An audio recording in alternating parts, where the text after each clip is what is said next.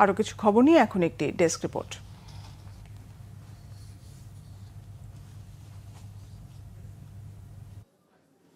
খাদ্য উপদেষ্টা আলী ইমাম মজুমদার বলেছেন, মিয়ানমারের আরাকান রাজ্যে যুদ্ধের কারণে খাদ্য সংকট দেখা দিতে পারে, তাই দেশের খাদ্যশস্য যাতে চোরাচালান করতে না পারে এজন্য সজাগ থাকতে আইন শৃঙ্খলা বাহিনীকে নির্দেশ দেওয়া হয়েছে। দুপুরে কক্সবাজার প্রশাসনের সম্মেলন কক্ষে খাদ্যশস্য প্রতিরোধ ব্যবস্থা জোরদারকরণ সম্পর্কিত মতবিনিময় সভায় তিনি এ নির্দেশ দেন। খাদ্য উপদেষ্টা জানান, দেশে এখন 13,86,700 মেট্রিক টনেরও বেশি খাদ্য মজুদ আছে।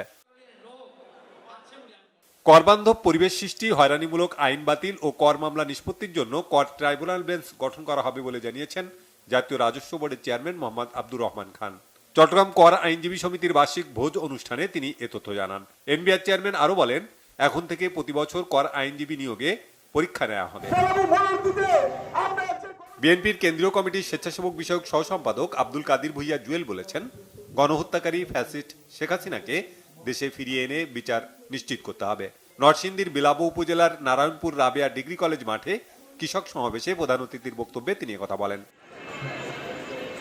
স্বাস্থ্য ও পরিবার কল্যাণ মন্ত্রণালয়ের অধীন পরিবার পরিকল্পনা অধিদপ্তরের পরিবার কল্যাণ পরিদর্শিকা পদের চূড়ান্ত ফল প্রকাশের দাবিতে মানববন্ধন ও অবস্থান কর্মসূচি পালন করেছেন চাকরি প্রার্থীরা।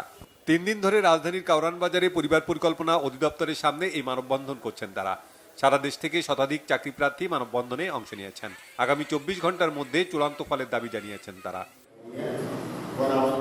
কক্সবাজার শহরের কলাতলী ডলফিন মোড়ের একটি রেস্তোরাঁ গুড়িয়ে দিয়েছে ভ্রাম্যমাণ আদালত।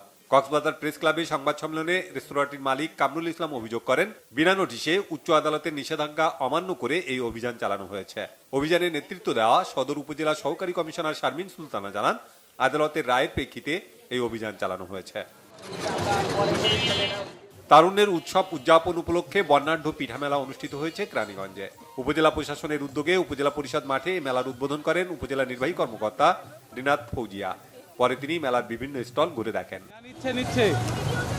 জাঁকজমক আয়োজনে বসন্তকে বরণ করেছে প্রেসিডেন্সি ইউনিভার্সিটি। বিশ্ববিদ্যালয়ের কালচারাল ক্লাব সদস্যদের দলীয় নৃত্যের মাধ্যমে শুরু হয় বসন্ত উৎসব। দিনব্যাপী বিভিন্ন ডিপার্টমেন্টের শিক্ষার্থীদের অংশগ্রহণে পিঠাপুলির মেলা, মেহেদি কর্নার, চটপটি, ফুচকার সমাহার ছিল বসন্ত বরণের অন্যতম আকর্ষণ।